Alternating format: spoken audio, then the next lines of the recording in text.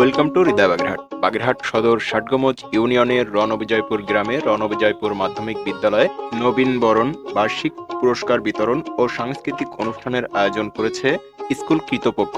এত সুন্দর মনোমুগ্ধকর একটি আয়োজনে উপস্থিত ছিলেন বাগেরহাট জেলা বিএনপি ত্যাগী নেতা সালাম সাহেব।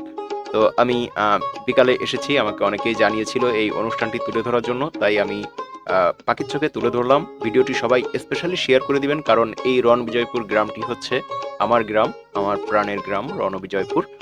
তো এই কারণেই এই ভিডিওটি একটু সবাই বেশি বেশি করে শেয়ার করে দিবেন এবং আপনাদের বাগেরহাটের যেখানে যে কোনো অনুষ্ঠান হোক না কেন আমাকে জানাবেন, আমি চেষ্টা করব সাধ্যমতো তুলে ধরার জন্য। আর কে কোন এলাকা থেকে দেখছেন আমাকে কমেন্ট করে জানাবেন, তাহলে হয়তো যেসব এলাকার নাম আমি জানি না বা যেসব এলাকায় আমি যাইনি সেসব এলাকায় চলে আসব এবং তুলে ধরবো আপনাদের এলাকার মনোমুগ্ধকর দৃশ্য বা আপনাদের এলাকার যে কোনো অনুষ্ঠান। আজকের মতো বিদায় নিচ্ছি, আল্লাহ হাফেজ।